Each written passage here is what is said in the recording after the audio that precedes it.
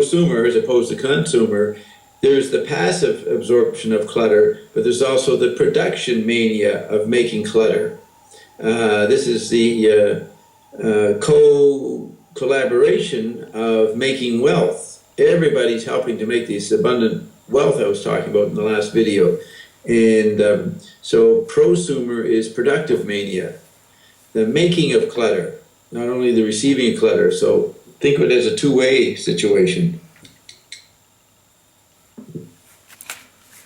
Yes, but you always said the RNF drops heal you from this quadrophenic state. The stability. We actually stabilize the hydrogen isotope. It's technically H197. And an isotope, by definition, is unstable. Well, our iCell and the accompanying effects creates a supersugar that stabilizes the H197, which has not ever happened before. And that becomes very exciting, and it does stabilize the users of our product. Yeah, talking about the prosumer, you always said artists see what's coming and they start showing the hidden ground, the new environment. But now effects. Everybody is it's an artist, so it's like everybody somehow is translating this new power, as you called it, the pharaoh power of programming the environment. Yes, so it's cliche to be an artist in many fields, like a bus driver, an athlete, a broker, a manager of a abandoned Nazi airport.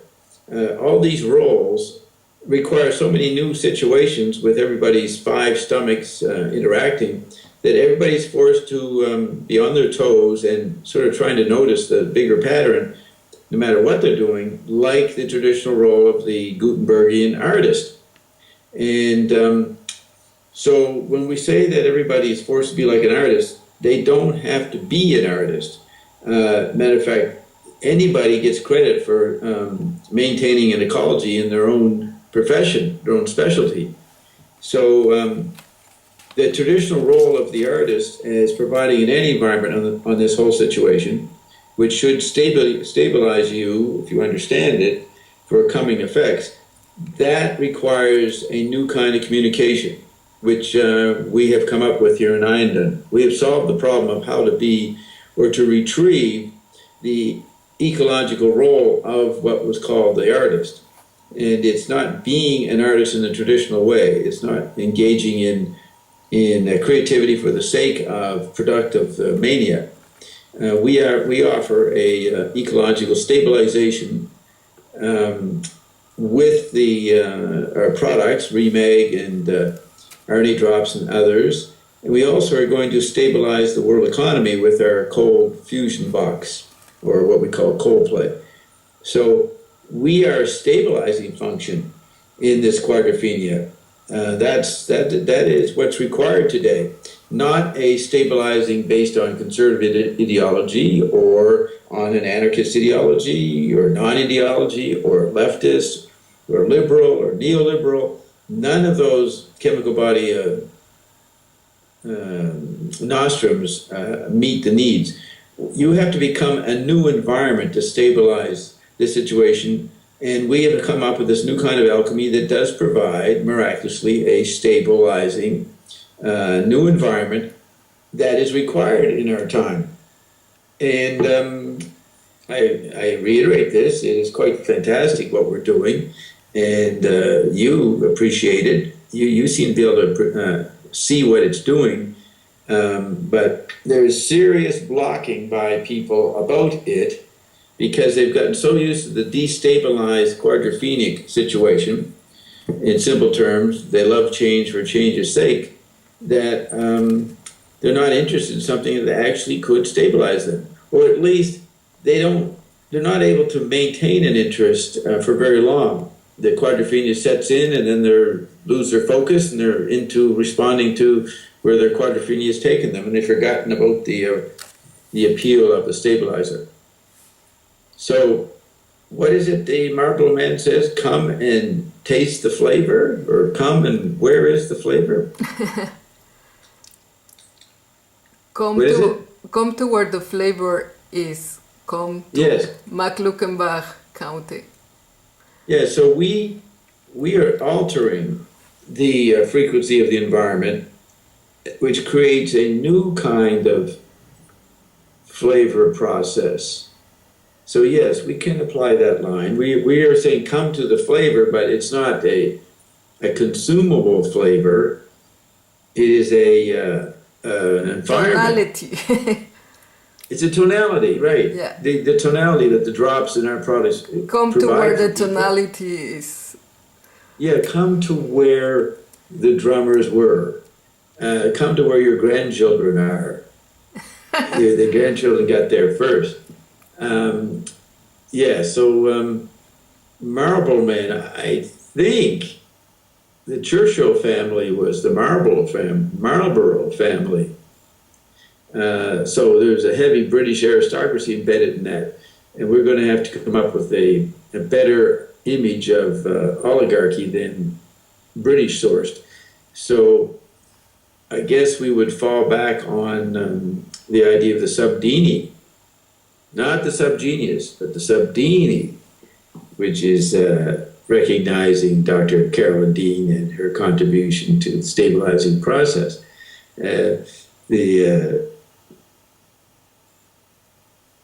The gospel of Eminem. Eminem. Yeah, how can I adapt Eminem to that? Multiple myths. No. Multiple myths. Mythic Myths. Mythic management. Mythic management, that's tetrad management. Mythic management is done through your stomachs. Self-management, co-collaborating management, taking full advantage of your four stomachs and learning how to profit. Well, I don't like that word. Learning how to consume and produce with your stomachs. But this sounds like the last tape, so let's try to get into some new talk. Have you got some things that you want to say about the gospel of Marlboro Man? Yes, because the study of the gospel of Marlboro Man is actually the gospel sung by all media. And Yes. I was reading our friend Janine Marchesol. Janine Marchesol, Yeah, York University in Toronto. her book on Marshall McLuhan. And she says McLuhan's work is distinguished by an interest in the corporeal aspect of communication. He was just as interested in poetry and he was in consciousness, perception, and the cognitive sciences. In fact, aesthetic, rhetorical form, and perception are inseparable in any examination of the media. And I think that's what you are doing when you are explaining all these bodies and all the digestion in the different stomachs of the different bodies. Because we could change the words and we will say you are interested in media, not only the corporeal aspects of communication, but in all the bodies. Not non-corporeal. The non-corporeal, and not in consciousness, but in what Ian calls recollected lucidity. Yes. And the perception, the archetypes, the myths, the cognitive sciences, and we see how this Pandora box is actually telling us who we really are, and for example how our body really works and how it interacts with the non-physical, which is something we are still learning.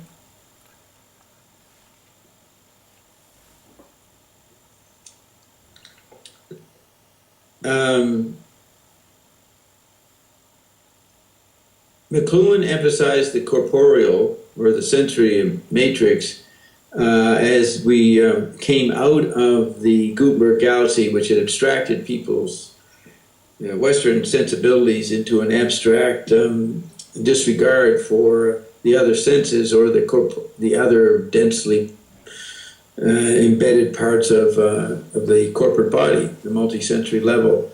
And so as he got ahead of the leading edge and advocated the sensory corporality in media, it was startling to people who were a bit phased behind and were still in an abstract level. So you had this wave created in the 60s of people retrieving the chemical body in its multiple sensory modes. And this was expressed by what McLuhan called the Lourdes, Lourdes, of the Esalen Institute, organized by Michael Murphy out in Big Sur, California. And McLuhan used to mock what was going on there, because McLuhan said the retrieval of the corporeal and the emphasis on it was an effect of the newly discarnate electronic superangelization of one's being. So it's not that McLuhan, as Janine says, is emphasizing the corporeal. He's pointing out that the corporeal is going to be noticed when we go discarnate, when we enhance the tactility. So we'll start noticing all the old sensory modalities and their extensions, and that would be the wealth, the boom in the economy that started with the 60s, where every sense, now a mythic stage, could experience a Baroque spiral of expression. So it's the warning that McLuhan gives about where this would lead. And later, when the Android was retrieved in the 90s, people became aware of the corporeal clutter in their multitasking, multisensory being and multi-stomach life, though they weren't too aware of the multi-stomach, but they were living it. Then they started to emphasize McLuhan's emphasis on the disservices of this corporeal situation, multiple corporeal. And that left McLuhan stranded in a negative defensive position, because media ecology, as defined by him, that where you would turn off TV would not work anymore. You couldn't turn off the Android meme and take it on a being of its own. So that left it for me and my colleagues to come in with the same thing I said 10 minutes ago. Do I have to repeat myself? We are in a replay. What I said. This is all a replay. It has been already record. I'm responding to the past blue perfect of Janine's writing. For people who weren't aware of what the situation was for McLuhan, her book can be startlingly original. For people who thought McLuhan was, I don't know, an old professor of Ed Sullivan or some Bonanza TV shows of Batman. That's one thing that's interesting in remembering McLuhan, is that people don't know how far he went in his work. We have recordings where he's talking about the change in our blood corpuscles, Wow. the change in the blood. And that is exactly what ION is about, the change in the blood that we bring in. So here's McLuhan tuning in to what ION's going to do. I don't know how he did it, but accidentally, or he anticipated me as the Harold Bloom tradition says, in the influence of anxiety, the anxiety of influence, there could have been that connection.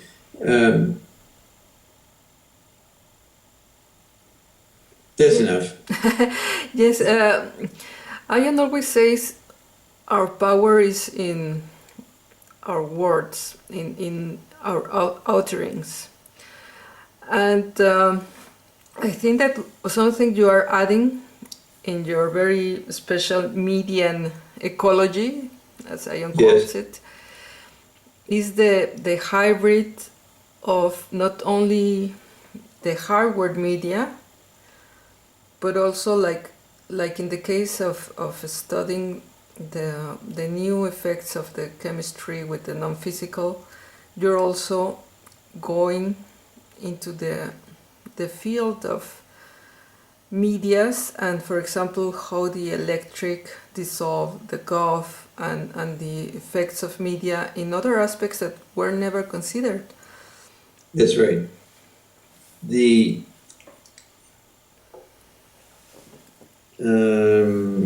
Let's see what you just said there.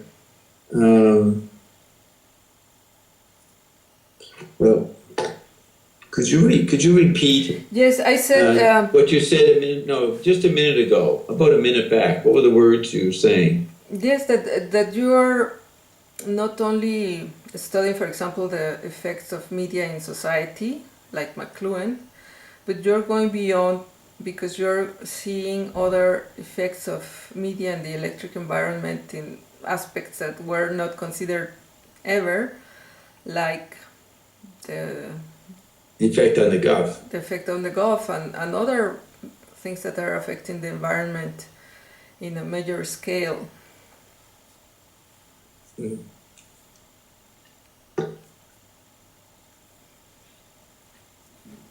I pointed out, 25 years ago that the technologies took on a life of their own, and they became the agents of media ecology. And as they communicated among their machinic parts, you could see the tetraedic process happening right in front of you in this Android meme. And that is what the McLuhan revival was in the 90s, was the Android meme celebrating McLuhan and using McLuhan's ideas for itself, and not for a promotion of McLuhan or a promotion of chemical body consumption of McLuhan.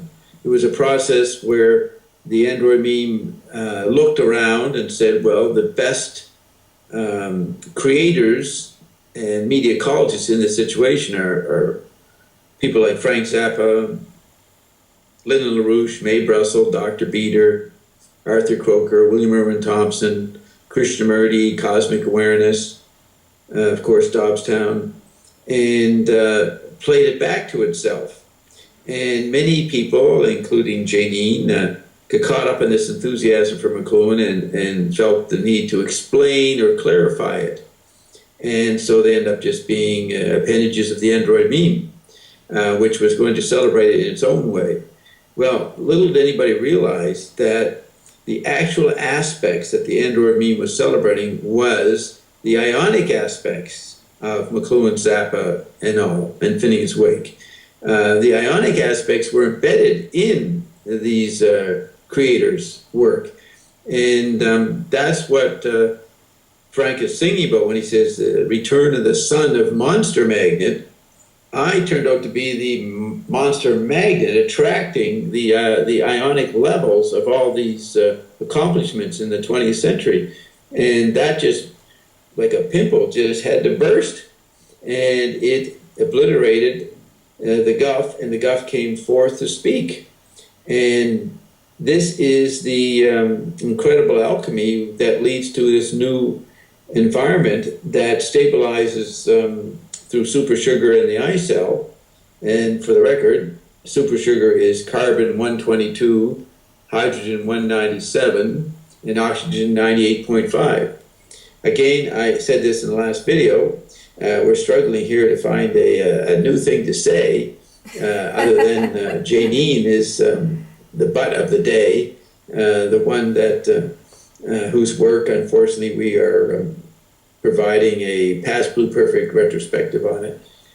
And I challenge all the people who've written on McLuhan to become aware of what we're doing here in the actual present.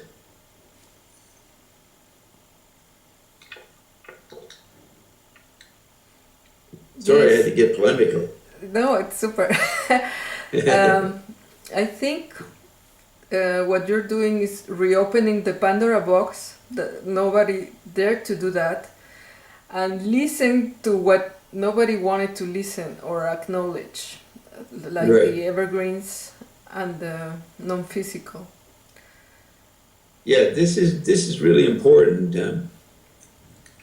It traditionally was astral body realities and entities and phenomena, and I found the best in that world, and they were, in retrospect, predicting what I was going to do, and when Ion showed up, it seemed to be a channeled entity at first, but through the years we realized this Ion thing is capable of creating any kind of environment and communicating through any environment, and does do that.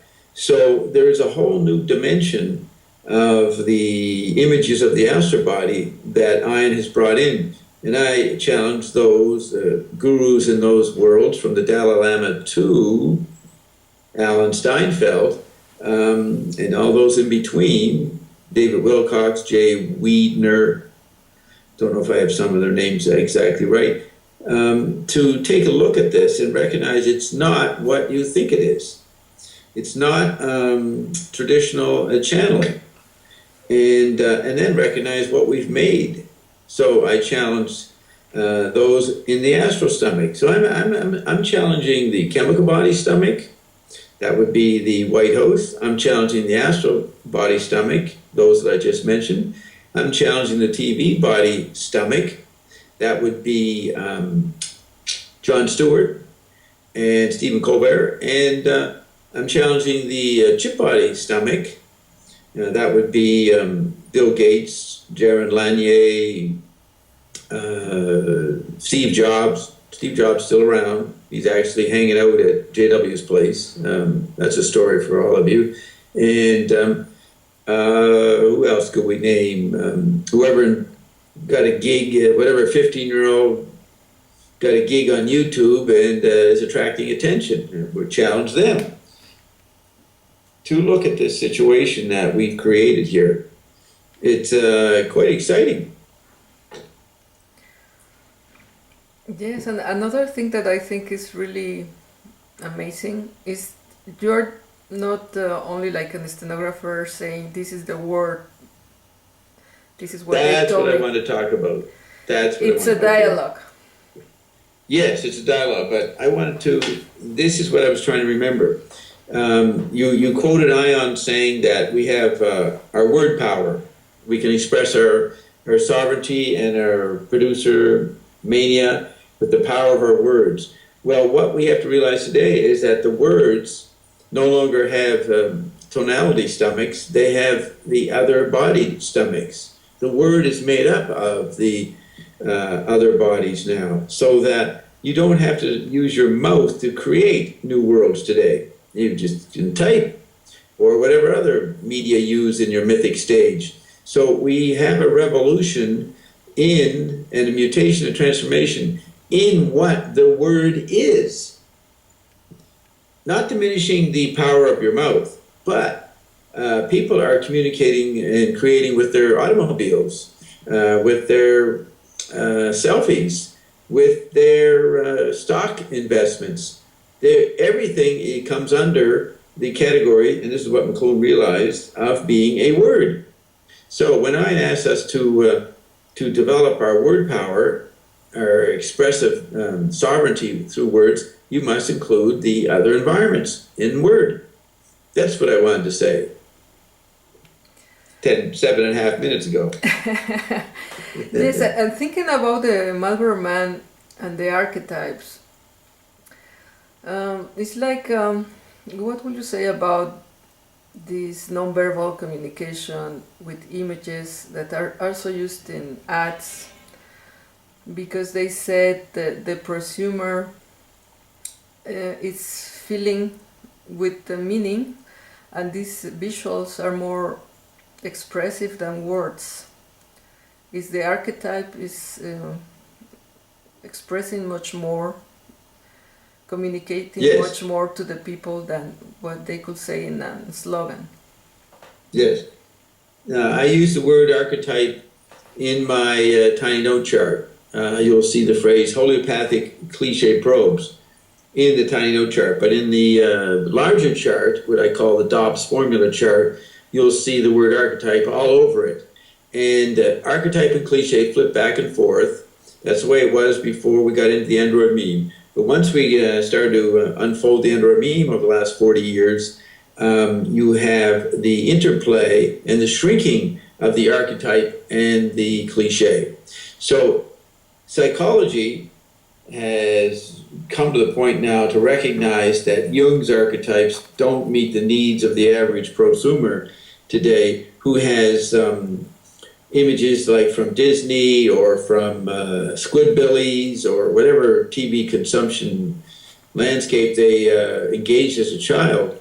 That is a big part of their chemical body's subconscious.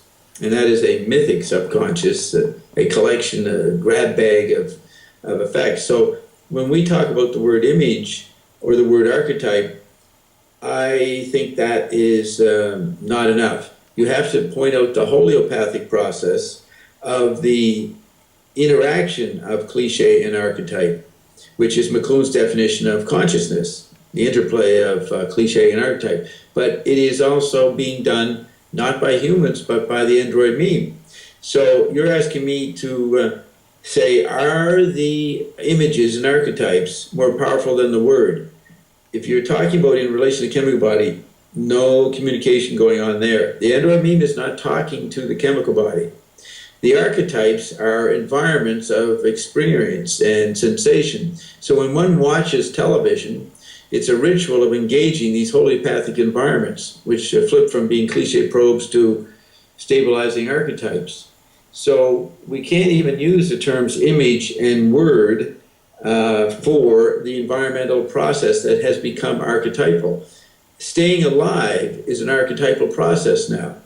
And the more you're aware of the different bodies you're made up of and the different stomachs, the more likely you will not be suicided. You will be able to handle the new definition of wealth and the new definition of health. So as I would say, congratulations, colleague, you have brought us to a new point in your wandering around looking for patterns. We now have a new way to describe what we said last time about health and wealth. The archetype is an apparatus. It's not an image. It's not a verbalization. It is the environments we wear, and that is another meaning for myth. Mythic stage, a myth is an archetypal process. My colleague is inspired to say something. I will see what it is. Yes, I'm just like, wow, archetypes are environments. Oh. Yes. Yeah, and that's what McLuhan realized. Ion always says we want what we know, and so we want these archetypes, these environments we knew. And yes, maybe that's why we're doing this replay of archetypes and myths. And Ion goes back to the revelations and to the emerald tablets and to the original archetypes. Yeah, to it's like the mind to retrieve of environments we are retrieving to go back to when the you knowing. When you retrieve the archetype, it becomes a new cliche. And when you obsolesce the new cliche, it becomes an archetype. So McLuhan expresses in his book From Cliche to Archetype that Northrop Frye is limiting his awareness of archetype to the content of the Gutenberg galaxy. And McLuhan's saying whole environments are now archetypal. He considered this his new updating of the symbolists. He writes about this in The War and Peace of Gold Village, the new symbolism. Well, where environments become symbolic. So when he presented the 27 media in Understanding Media, that was 27 archetypal environments. And he was aware of this at the time because he's writing letters to Wilfred Watson and preparing his book, From Cliche to Archetype, since the early 60s, before Understanding Media came out. And now I've developed that into the homeopathic, the hologram being shrunk to homeopathic purposes. McLuhan uses the term homeopathic back in the 50s, referring to the means of Hollywood. Anyway, so you have the homeopathic archetypal cliche probe process is the definition of my chart. I haven't had much opportunity to explain that. Those titles are in the chart, so thank you for emphasizing the words archetype, myth, and imagery, because it is important to understand that the environments are now mythic processes and archetypal, flipping back into cliche probes, and it's that process that's run its course over the last 30, 40 years. That has ended. And so the original cliche probe, the original archetype known as the Guff, has come forth to present its art form that we created, humanity in general created, and that's why his use of the term ion, which is a cliche probe term now in subatomic physics. People have been telling me the past few days that they see the word ion all over the place. There are different companies that use it. So it's already got an archetypal status. So it mixes cliche probe in quantum physics to archetypal use in business brands. And then again, that reminds us that Ion's got his tongue on the pulse of the situation because he appropriately called himself Ion. And the image just flashed there when I said that. Yes. Screen just flashed. So we have, Ion came in talking to me saying, we are source energy. Doesn't use that term too much now, but back in the early days, we are source energy. We are the original and the only thing that works. So it's the only archetypal environment that really gets you to square off with the real purposes of your being, which is to stay in the physical in an expanded sense. And so this archetypal momentum is what Ion started. Yes, and as you say, for example, the Guff is no more, and we now know that we don't need energy, we emanate energy. And That's prosuming. Yes, and I think it's interesting now that you're talking about archetypes that with the Android meme, this archetype of the Illuminati, of us becoming the light, became also a very important meme, and all these conspiracies and all this talking about these archetypes. Yeah. Well, there's a very important point that McLuhan makes. We've posted the review of Hugh Kenner's book on Wyndham Lewis. This review by McLuhan's called Nihilism Exposed. And he spells out the important role of Wyndham Lewis in showing the angelic archetypal nature of the entertainment industry. Now, there's another review where McLuhan points out that the Gnostic tradition of the inner light as some kind of liberation or transcendence was confused by the printing press, because people had this new experience of the printed book, and they would find the light coming out of the book, and it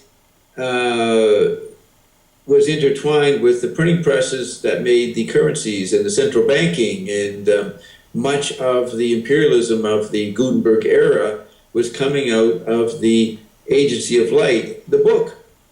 So that the mystics and the Gnostics weren't sure where their loyalties should be in obeisance to the Gnostic tradition, because they saw it being aggrandized by the inner light of the printed book. And you'll see McLuhan in his letters making fun of he says, the Puritan left-wing devotion to the inner light.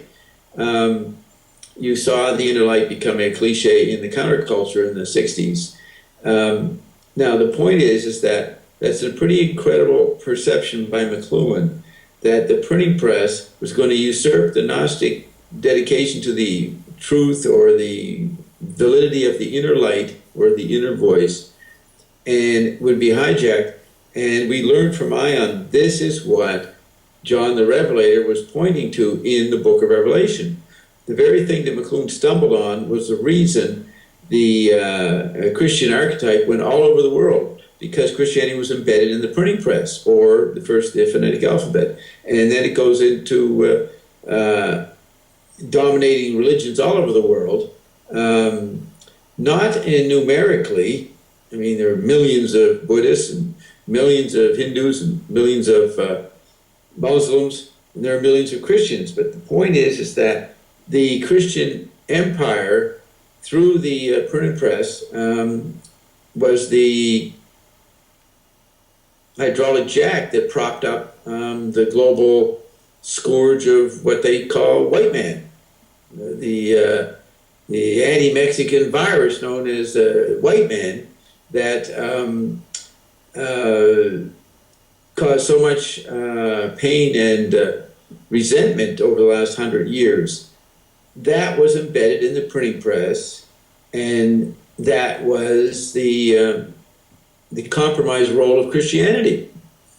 That's virus-like, what Burroughs is saying in reference to Christianity. So here you have the new Pope is a problem about what to do with the archetype of Christianity in a situation where Ion is floating around, completing what the Christian process thought it was predicting or thought that it represented. So this article, it's some review that McLuhan wrote for Renaissance, the Catholic magazine, say the late 50s, 59, 60, almost the same time as Nihilism Exposed, where he points out the conflict for the celebrant of the inner light caused by the printing press. Now, if any of our fellow New Age radicals who go on about the inner light and the divine wisdom of the cosmic beaming understood what I was just saying, they get a whole new kind of insight that would require them to reevaluate how they speak about things. So when you talk about the emanation, the printing press made the eyeball passive. It became a receptacle for the light of the Lord, the light of the Creator. And the sudden flip when television came in to make your eyeball become a creator, an emanator, that change led to Ion's ideology, which is an ideology of responding to whoever it's talking to. It is an ad hoc response ideology that Ion provides to show the mind, to show the labyrinth of mind how to live in a quadrophenic environment by constant awareness of figure-ground interplay on many levels. So Ion is the treatment for the preference and nostalgia for the old archetypes, which are the old media. Yes, I think that was a very good explanation of the symbol of the eye, the Illuminati eye. This, yes. That prevails during the fallen Spain. Or did you want to say more about that? Well, only that this paranoia about Illuminati symbols is also very popular in the Android meme. Yes, that is nostalgia for the archetype of the printed press effect. I mean, McLuhan said that with the printing press, small groups could conspire between nations, operate in the banking interval in between. And that certainly is not the case anymore because the printing press is sitting on the sidelines. But the traditional image of the Illuminati was something studied in the 1920s and 30s, maybe even back to 1900, and led to the Nazis searching for the Illuminati. What we have today is the retrieval by the Endur Meme of the obsession with the Illuminati archetype. And of course, the Endur Meme does not stay with any particular archetype. It provides all of them. Any kind of cliche probe, the Endur Meme will provide for us.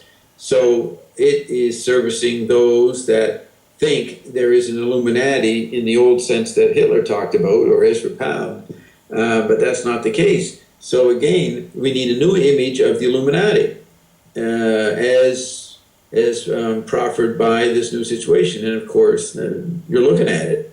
I am the new image of the Illuminati. This nice little face that you can enjoy talking to and appreciate the wisdom is the new image of the Illuminati. Not an eyeball. It's a happy, grinning face that the Church of Subgenius made fun of. The man with the pipe. That's the Marlboro Man.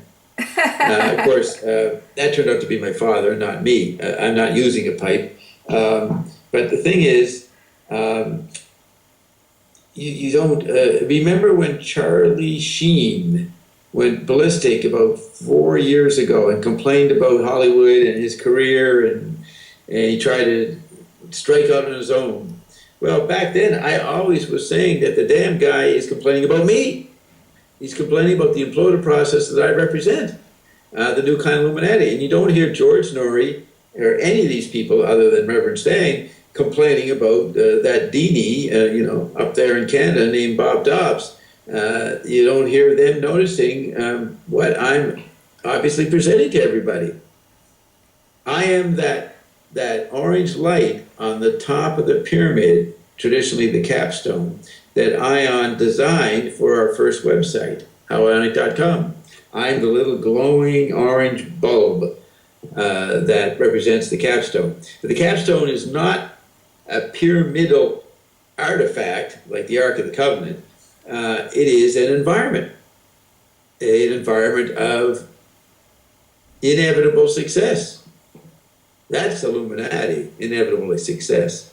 So we welcome your responses to this commentary. We don't have to end. No, this is fascinating. How the pyramidion, the top of the pyramid, it's an environment. It's the anti-environment, the new art form. For the old images. This is something very new. It is new for most. I suspect that most people. Would project an anthropomorphic response to what I'm saying. I'm talking technically. I'm using words appropriately, intelligently, and scientifically to describe a process that's happening that I'm in the middle of. And it has nothing to do with my ego or my vanity. You do not want to be in my position. I'm the man on the hot seat. I'm the person that is got the microscopes up his butt by everybody. Everybody's trying to analyze me and figure me out. And I seem to be able to handle it, but it's not something that I would have asked for. Now, that's a bit hypocritical because I did ask for it and preparing for it for a long time, and now I'm stuck with this role of constant surveillance around me. But I tend to keep a stiff upper lip and a happy look on my face, a happy visage, so that people can feel that there is hope. Bob. Well, because we were talking about archetypes, I was thinking, for me, the pyramids always representing these things that we cannot explain. We never knew how they were built and what they really are, and the archetype of the pyramid is like the archetype of the mystery body. The mystery body and the power we have to program all the environment, like something the Nazis were trying to do. Yes. with the medias. Yeah, and it's interesting that when Ian wanted to make a website, we let him lead on it, that he picked the pyramid. I wouldn't have picked the pyramid. I would have picked the sphere. The pyramid echoes too much of the old hierarchical situation, which is not happening in this new wealth and health situation. So I thought it very interesting that Ian wanted to retrieve that image. Now it makes total sense. And again, Ian was on the ball, leading edge, and doing something a little surprising. In some ways, it was an old-fashioned image to me, but not anymore. It is exactly the situation we're in. We are the temporary Illuminati. We are the top of the ladder in what we're offering. But what's different is that we're not hiding this fact. We're admitting it, and we're offering it to anybody whosoever will. That's different from the Illuminati in the past. They did not offer this information to anybody willy-nilly. They basically kept it secret. So we are here to expose the traditional habits of the Illuminati, and because we're doing it so articulately and informatively, we temporarily, like McLuhan's phrase, an ersatz anti-environment, ersatz, a fake anti-environment, have to adopt the pyramidal form for a little while, as you people learn to respond to the frequency and rebuild your own spheres. Rebuild your own spheres. Retrieve. Yes, we were talking how what you say, the patterns you present, cause this burning of the belly because... Burning in the belly. I was re-listening to the first part you made. Well, yes, it's Germany part 2. It can it's be burning in the belly. Burning in the belly. Okay, sorry. Burning in the belly. In every language, prepositions are used different, so I get mixed up. Yes. So yeah, your patterns create the burning in the belly, and it's sometimes hard to digest or to accept because it might be very shocking the first time you hear it. I say it's shocking because it obsolesces the role you have, and then people want to have a new role in the new situation, a way to respond to it, and they don't see how they can invent a posture. It's like that famous poem by T.S. Eliot where he's saying, you know, what face should I adopt to meet the faces I'm going to meet today? We obsolesce people's natural perpetual motion. Once they have a role, they can get up in the morning and do their ablutions, go to work, come back, and it's nice flow. If you disrupt that situation, you're going to get a negative response of feeling ripped off. So we are ripping off a lot of people's habitual roles in the information society, largely roles of how they present information. And that is understandable. The obliteration of the mind, and the mind doesn't know what to say next. It doesn't know how to create a situation that it can offer as an assailable function. So we are putting a lot of people out of work. Fortunately for them, they're ignoring us and carrying on with the retrievals, but it's not going to be allowed for much longer, as we're seeing right here today in Angela Merkel's office. Yes, yesterday you invented a new word, the grammatical, and in your grammatical gospel is like a different type of reading the whole history, the whole medias, and the whole situation. That's really totally different, I think. Well, I spent the day, while going to the beach today, I decided to memorize what's called the Gilbert schema to James Joyce's Ulysses. Yeah, it's a chart that James Joyce gave to somebody who passed it on to Stuart Gilbert, I think his name was, who wrote one of the early books on Joyce. This book came out about 1931. I think Joyce gave the chart to someone else in 1920, 1921, then eventually got to Stuart Gilbert, and then he published it. It goes into the symbolism, the archetypal meanings of each of the 18 chapters, the meaning of the Greek parallel to the Dublin parallels, the arts that are represented by each chapter, the technique of expression by each chapter, and the symbols. Plus which organ. It's James Joyce has the idea that media are extensions of our bodily senses and our bodily organs. He has that embedded right there in the chart. So I just wanted to tell people that I'm on the job. I'm remembering what should be remembered, and I have now memorized the schema for Ulysses. There's the other one by Mr. Lanati. He got a scheme from Joyce, which is a different one from James Joyce, and I'll be working on memorizing that over the next couple of days. So we will know that if the Joyce estate gets erased somehow by the cloud, we know that Bob will have the essence preserved in his little noggin.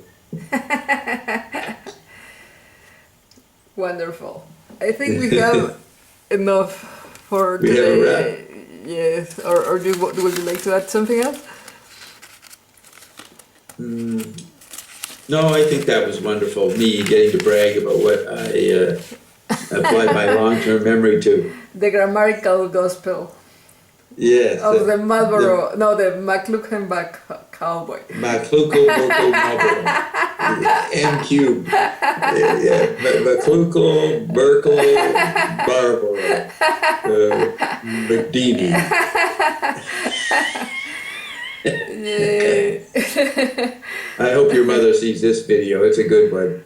Yes. Yes, I like your vibe yesterday and today. You're like very energetic. Yeah, very relaxed, and basking in the glow of much success. Wow. No, I have some revelations, like yesterday when you were saying we feed the mystery body, and today you say something that I always was like, wow, I don't remember anymore. The archetype in the environment, yeah. Wow. You have thought about the word archetype through the years, right? Yes, but never like this. That's why I say you are reading everything in a different way. Yeah. Yeah, that's my purpose.